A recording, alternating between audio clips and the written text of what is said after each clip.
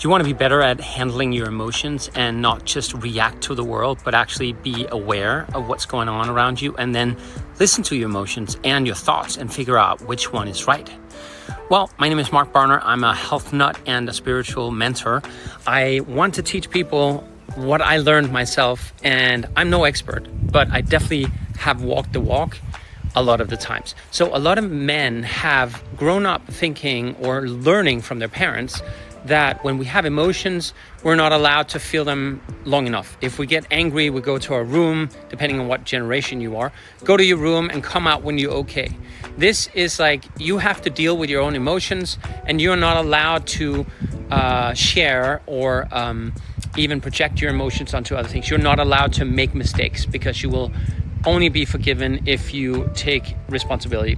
In many ways, there's good things behind all this theory, or whatever you want to call it, parenting, but I think it could be damaging. I do think we have to learn how to take responsibility for our own emotions and our actions mostly. But a lot of men react to their emotions when they get angry, but they don't react to their emotions when they fall in love or when they feel anxious, or when they usually react with anger or with frustration or withdrawal or avoidance. A lot of women then have learned, depending on how you grew up, that they can react to their emotions. Their emotions is actually just their reality, and that emotions should be allowed to be there. And if they're not allowed to be there, it's hard to even be accepted in the world.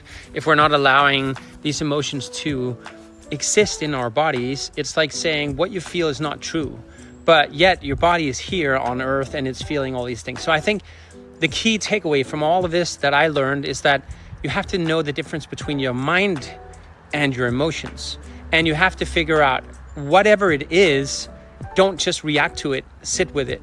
So if you have a lot of thoughts and you don't sit with it, you have a tendency to act towards your thoughts, thinking this might be a good idea, this is logical right now, but you might actually not have felt what you actually want. So how does it feel to want something and react to it?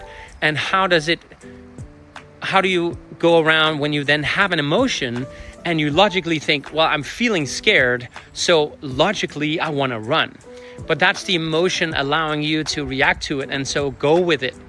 And instead, I think the better you do at sitting with one of your emotions or many of your emotions, and not being in your mind, but literally sitting in it, labeling it, like I would do in a meditation. When I'm thinking during a meditation, which is about trying to clear your mind, it's impossible to clear your mind for a long period of time, except if you're a Buddhist monk or something like that. But you could try to clear your mind. And when I'm sitting there and I get a thought, I'm like, oh no, I get a thought. I'm not meditating. I'm not doing it right. But in fact, I'm doing it perfectly. But I'm not allowing me to think, which is fine. I'm trying to figure out how to not think too much. So what I'm doing in the meditation, when I get a thought, I'm like, hey, I'm thinking. And that's okay. Like, I label it thinking. That's it. It's not important what I'm thinking. I shouldn't be scared that I won't remember it. If it's that important, I will remember it after the meditation. And if it's not important, it's just going to be one of a trillion thoughts I'm going to have. The same goes with emotions. You sit with them long enough, you're going to figure out that eventually this emotion isn't as strong as you thought it was in the beginning, because you're in your normal state of mind, and then you make that shift, you have an emotion, something happens or a thought pops up, and you have an emotional reaction to it, and now you're like, oh, I should sell the house and move out and travel the world. But if you did that right now, it might be a little bit hasty, right? I mean, it might be the right choice for you, but if it's a right choice, why don't you have some patience around it and then sit with it for a while? Just figure out, like, okay, so this is how I feel, and now I know how I feel, and so how can I kind of move with that emotion that I feel stuck here, I want to move, I want to do something. Oh, is this me trying to run from something, or is it me trying to go towards something that I want? So in many cases, it's often something that we run from. And that's why the awareness is so important. And the only way you can have awareness is to start noticing emotions and sit with it for a while. If you're a man, I recommend going to the gym, go into the saunas, go into the cold plunge, go lift something heavy. I even would recommend that to a woman if she's not in her period or if she's not ovulating. Just depending on how much she's in her masculine. If she's in her feminine, I recommend her crying, going out with friends, who support her, talk to your parents, talk to your siblings, something what you can kind of let go of the emotions by talking about them. And it's not that letting go of the emotions that they're not allowed to be there. Just accept that they're there. They're there for a reason, but they might not be true. They might not be factual. They might not be serving your highest and best good. And this is the key takeaway, I think, is all emotions, if they always serve your highest and best good, then every emotion you should react to. But since they don't always serve your highest and best good, but serves your emotions, you're in the now right now. You will always just be in the now. So if we reacted to every emotion that we ever got, like we would kick people who we were annoyed by, we would drive into cars that didn't follow the rules or made us late for work, or we would eat all the candy from the candy store, we would hump everything we had the chance to.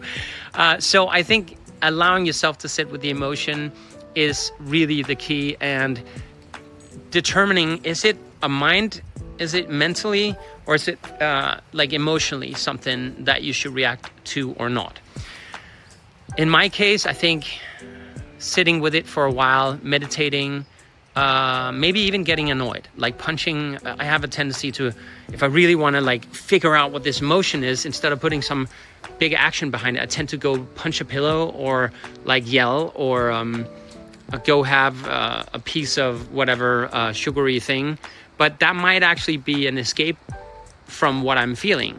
So I'm trying to sit with it long enough, and then because I'm learning, as many people are here on earth, we're always learning, and eventually I'll be like, okay, so because I've been sitting with it for this while, for an hour, for 2, for 5 minutes, whatever it is, now I'm allowed to go get a glass of water. Now I'm allowed to go for a walk. Now I'm allowed to. So allowing yourself to, it's always even grief, it's a beautiful thing, sitting with grief for a while.